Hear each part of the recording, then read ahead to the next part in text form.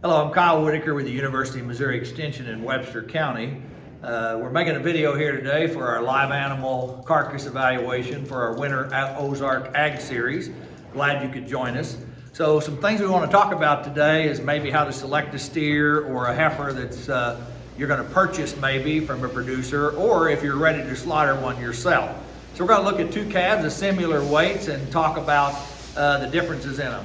I would tell you, first of all, that remember, cattle deposit fat in a sequence. The first place they're going to deposit fat is around their organs. That's referred to as kidney, pelvic, and heart fat. The second place they deposit fat will be on the outside of their muscle, which most of that ends up being trim. Lastly, they would deposit fat inside the muscle, or what's called intramuscular fat, or marbling. And marbling, of course, is the best indicator we have to determine the palatability or quality of a carcass. So we're going to look at a steer first. And so one thing we want to consider is live weight. And just weight is not necessarily a good indicator of when an animal might be ready to slaughter, depending on how early maturing or late maturing the animal is. So if we want to look at a steer, this particular steer here, and try to figure out if he's got some fat cover, some places we might want to look. First of all, steers are going to, all animals, beef cattle, are going to deposit fat from the front of the carcass back and from the top of the carcass down. So as they begin to deposit fat, we'll notice some fat in their brisket area, and we're going to have a difficult time seeing that from the angle we've got on this steer, but they're going to start depositing fat in that brisket area. Then we'll notice maybe they'll start getting some fat in that elbow pocket. As they move down their top line, you'll be able to start seeing that they're getting some fat over their top line. This calf's got quite a bit of hair because we're here in early February, so it should have some hair. But we'll notice that they'll start depositing fat on the upper rib, and that will move down. As we move back on the carcass, the pin bones either side of the tail, referred to as pones, we'll start seeing some fat deposit there. And this is a steer calf, and so we'll also start seeing some fat depositing in the cod region. This is where the testicles would have been before the calf was castrated. So there's some places we can look and just overall fleshing ability of the animal itself.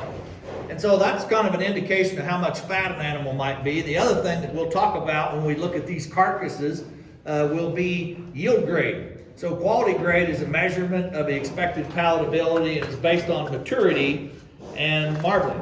And we can't see marbling on this animal until we go ahead and harvest this animal and look at the carcass. But some of the indications of whether the animal has enough external fat to be a good indicator that it's going to have some marbling would be to look at these places we looked at. Like I said, this steer had a live weight of 1,195 pounds, and we'll evaluate the carcass here in a couple of weeks after it gets some hang time. We'll be able to see the kind of marbling it's got. But if we're talking about yield grade, we're basically going to be looking at the lean to fat ratio. And lean is referred to as muscle. So this is a pretty heavy muscle steer calf. You can tell he's got some muscle shape when you get behind him, top width. Probably a steer that's got plenty of fill today. So that might cut back on his dressing percentage, and when we compare his hot carcass weight to his live weight, may be a bit of an issue. But certainly a calf that looks like he's got some fat cover and ought to yield a pretty high quality carcass for this particular customer. The next calf we're going to look at is actually a heifer calf. She weighs 5 pounds more. So we can see a big difference in terms of conformation on these two animals already. So as I said earlier, just a target weight generally may not be a good indication of when an animal's ready to slaughter. We'd like to have them in that 12 to 1,400 pound range, just so that we have the size of retail cuts as desired. But this is a female, so typically we'd expect a female to be a little bit quicker or earlier maturing and maybe start this fat depositing a little faster.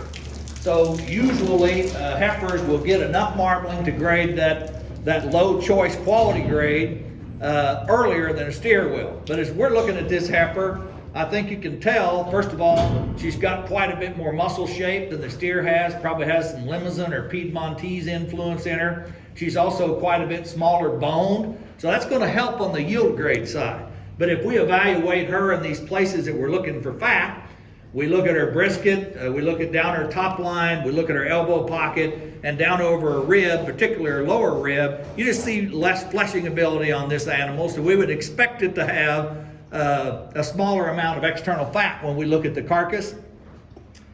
And as we go back, you don't see as much fat deposition on the pones or up on that hip.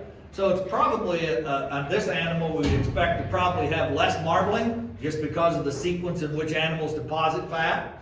But on the other hand, this one may yield higher in terms of comparing its live weight to its hot carcass weight. We may expect a higher yield. So we will evaluate both of these here in a couple of weeks when we look at their carcasses and talk about carcass evaluation.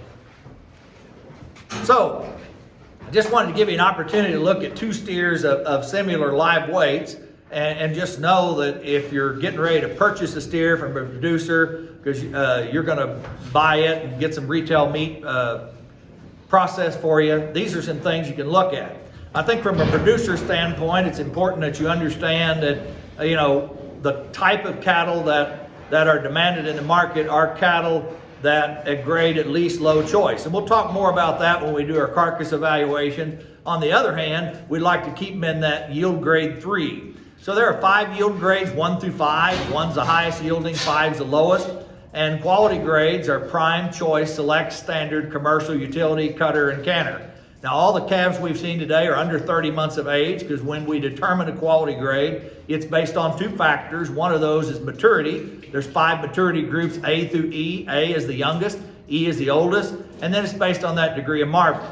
And we'll talk about that when we go pull these carcasses out of the cooler in a couple of weeks. The minimum amount of marbling we need for a low choice carcass is a small degree, and that's part of my presentation. We'll go through that. So if you have any questions about the live animal evaluation or carcass evaluation, be sure to reach out to me, Kyle Whitaker, University of Missouri Extension, Webster County. Thank you.